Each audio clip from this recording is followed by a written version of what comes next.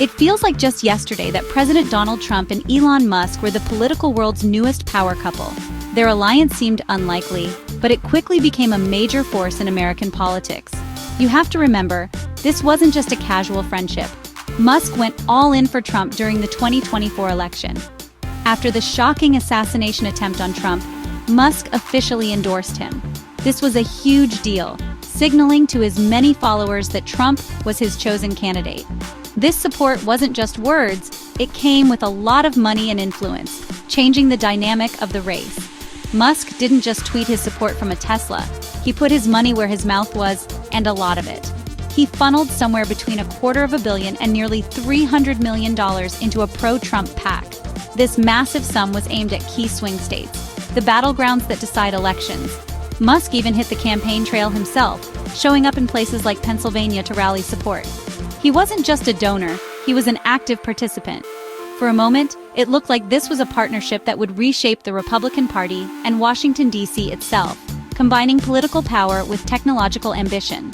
When Trump won the election, he rewarded Musk's loyalty with a significant role in his new administration.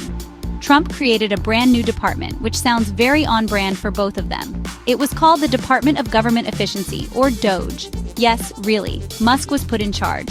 His mission was to trim the fat from the federal government. He immediately began overseeing mass layoffs of federal employees and even shut down entire agencies. It was a classic Musk move: disrupt the system, move fast, and break things.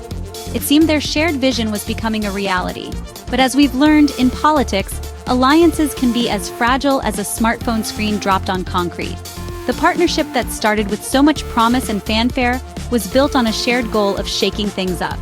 However, the very nature of Washington, its slow, grinding bureaucratic process, would soon test this powerful bond. What began as a strong alliance, with one man in the White House and the other remaking the government, was about to hit a major roadblock. And that roadblock came in the form of a very, very large spending bill. The honeymoon was officially over. The first major crack in the Trump-Musk relationship appeared over a piece of legislation. It was a massive GOP-led spending bill charmingly named the One Big Beautiful Bill Act. This bill was Trump's baby, a cornerstone of his legislative agenda. But Elon Musk, the head of the Department of Government Efficiency, was not a fan. He publicly criticized the bill, which was a bold move against his own boss. Musk didn't stop there. He also took aim at Trump's proposed tax and immigration package. Suddenly, the administration's biggest celebrity hire was also its most high-profile critic. President Trump was not pleased. He expressed his disappointment publicly, which in Trump speak is a major warning shot. He reminded everyone of his history with the tech billionaire, saying, "I've helped Elon a lot." This was his way of saying, "I made you, and I can break you." Trump also pointed out that Musk was deeply involved in the process, claiming he knew the inner workings of this bill. The implication was clear. This wasn't just a policy disagreement. In Trump's eyes, it was a personal betrayal, a slap in the face from someone he had brought into his inner circle. Musk's problem seemed to be with the very nature of government itself. He was brought in to make things efficient, to cut waste, and to streamline everything. But this spending bill, like many before it, was likely full of compromises and deals that are typical of Washington politics. For a man accustomed to running his companies with total control, the slow and messy legislative process was probably maddening. His criticisms suggested he saw the bill as more of the same DC swamp behavior he was supposed to be draining. He expected a revolution, but he got a bill. This disagreement wasn't just kept behind closed doors, it spilled out into the open for everyone to see, setting the stage for a dramatic public feud. The conflict between the president's political pragmatism and the tech mogul's ideological purity was now on a collision course. Musk wanted radical change, but Trump wanted a legislative win. The One Big Beautiful Bill Act became the breaking point, turning a powerful partnership into a bitter public rivalry. The man hired to make government run like a tech company was now openly attacking the company's CEO. Once the disagreement went public, it escalated at the speed of a SpaceX rocket. Elon Musk took to his favorite battlefield, the social media platform X, and launched a series of blistering attacks against the president. He didn't just criticize policy, he went for the jugular. In one now-deleted post, Musk brought up Trump's past connections to the deceased financier Jeffrey Epstein, a deeply sensitive and controversial topic. In another, he even called for Trump's impeachment. He also warned that Trump's planned tariffs would wreck the economy and cause a recession this year. These weren't just criticisms, they were declarations of war. President Trump, never one to back down from a fight, fired back with his own arsenal of presidential statements and posts on Truth Social. When asked about the Epstein post, Trump dismissed it as old news, trying to wave it away as a desperate recycled attack. But he didn't stop there.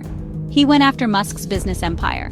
Trump publicly floated the idea of terminating federal contracts and subsidies for Musk's companies, like SpaceX and Tesla. He casually mentioned that cutting off Musk would save the government billions and billions of dollars. This was a direct threat to Musk's bottom line. The president also made the feud personal, attacking Musk's character. He accused the billionaire of being disrespectful to the office of the president, framing it as an attack on the institution itself. He also painted a picture of a distraught former ally, telling reporters that Musk was so depressed and so heartbroken over their falling out. This was a classic Trump tactic: belittle your opponent and question their emotional stability. He was trying to control the narrative, portraying Musk not as a principled critic, but as an emotional wreck who had made a terrible mistake. The battle raged online and in the press, with each man using his platform to score points. Vice President J.D. Vance weighed in, calling Musk's attacks nuclear and a huge mistake. He suggested Musk was just frustrated with how slow Washington works and doubted he could come back into the fold. Meanwhile, some of Trump's staunchest allies, like Steve Bannon, called for federal investigations into Musk's businesses. The feud was no longer about a spending bill. It had become a toxic, high-stakes battle of egos between two of the world's most powerful men. In a surprising twist, President Trump claims this very public and very nasty feud has actually been good for him. He insists that the battle with Musk has not divided the Republican Party, but has instead made it more unified than ever. According to Trump, Musk's attacks inadvertently helped the One Big Beautiful Bill Act. He argued, Elon brought out the strengths of the bill because people that weren't as focused started focusing on it. It's a bold claim that your biggest celebrity supporter turning on you is actually a brilliant political strategy, only in 2025 politics. Despite the chaos, Trump remains completely confident that his spending bill will pass the Senate before the July 4th holiday. It seems he believes that by making Musk the villain, he has rallied his party around him and his legislative goals. In his view, the feud created a clear US versus them narrative.